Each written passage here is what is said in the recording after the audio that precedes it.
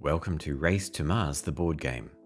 Your organization is competing to put the first human being on Mars, but your competitors are racing you to get there first. Have you planned well enough to get past all the obstacles in your trajectory? After launching your rocket, you advance along the trajectory by spending resources from your rocket modules or crew deck to match the steps in your trajectory. Once you meet a step on the trajectory that you don't have a matching resource for, your turn stops for the round. Any unplayed crew cards are exchanged for experience tokens. You can then use these experience tokens to buy special insights, for example to gain a boost card that can boost past any part of your trajectory. Each turn you have all of your rocket modules available to use, but for your crew cards, you draw a number of cards from a larger deck that you assemble pre-launch. Each time you cycle through your crew deck, a valueless asteroid card is added to your crew, reducing your chances of drawing useful crew cards. Have you built the best modules into your rocket? Is your crew set up with the most useful abilities? Let's look at the decisions you'll need to make before you launch your rocket. During the pre-launch phase, you and your competitors are building three things at the same time: your rockets, your crews, and the trajectories from Earth to Mars for each rocket. Each card in the Space Cards deck can be used for any of these things. If you're using a card to build a segment of the trajectory, the middle of the card is the relevant part. Some trajectory segments also contain a hazard, which forces players to jettison a rocket module or crew ability card. The top of the card is relevant if it is used as part of the crew deck, and can give you resources or an immediate effect, such as drawing another crew card or copying a crew card already played. One important crew ability allows you to add boost cards to your crew deck so that you can move forward in your trajectory even if you don't have the available resource. Each boost card is single use, so it might be a good idea to plan for collecting these throughout the game.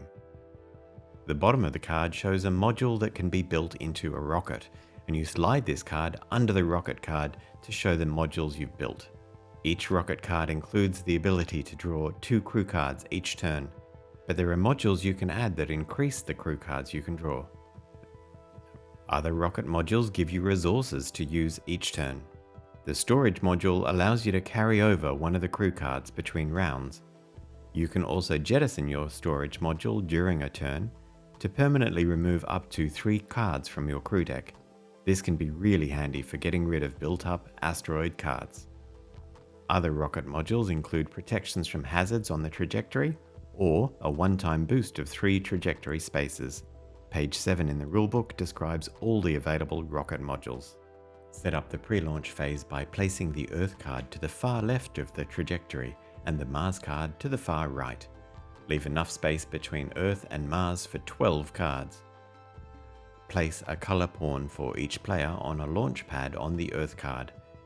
This locks you into a trajectory for the game. At this point, there are 3 elements that you can choose to leave out of the game if you're just beginning: the mid-trajectory card, the headquarters cards, and the starting cards. The mid-trajectory card includes a hazard that forces each player to gain an asteroid card. The headquarter cards give each player a unique advantage during the different stages of the game. Each player chooses one headquarters from 2 randomly drawn cards and reveals the contents to the other players. Read more about the headquarter cards on page 18 of the rulebook. The starting cards give the players a wider range of ways for spending experience tokens throughout the game. The first randomly drawn starting card is used this way. The starting cards can also be used for their unique special modules or crew abilities. Deal as many cards as there are players +1, then players take turns in reverse order to select a starting card to add as either a rocket module or a crew ability. The leftover card becomes a third option for spending experience tokens. Read more about starting cards on page 20 of the rulebook. Start the first pre-launch round by drawing a space card for each player plus 1 additional card. The active player selects a card for either their rocket or their crew deck. Then each player in clockwise order selects from the leftover space cards and places their choice in either their rocket or their crew deck. The card not selected in each round is added to the trajectory in the space next closest to Earth. The next round continues, with the active player moving clockwise around the table. How do you make good decisions in the pre-launch phase? First, pay close attention to the trajectory for your rocket as it's built. Most of the trajectory steps need you to have the 4 basic resources: fuel, hull, navigation, and velocity, and 2 advanced and less common resources: engineering and communication. Your crew and rocket modules should reflect the balance of resources in your trajectory. Remember that your rocket modules can be used once each turn post-launch, but you draw only a certain number from your crew deck each turn. You must wait to launch until the trajectory is complete, which takes 12 rounds.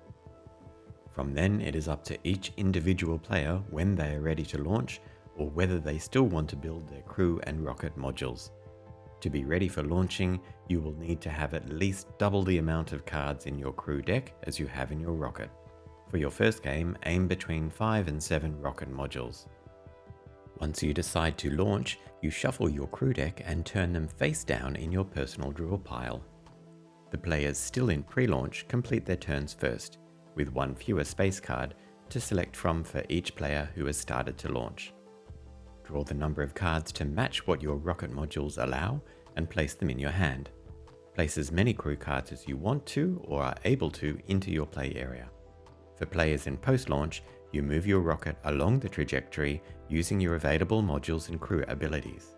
In your first games, you might want the start player to begin the post-launch turns for the round, but later all post-launch players can play their cards simultaneously. Keep track using the second pawn and the tokens. Once you move along your trajectory as far as you can or want to, you claim experience tokens for unplayed crew ability cards, before clearing the cards to your personal discard pile.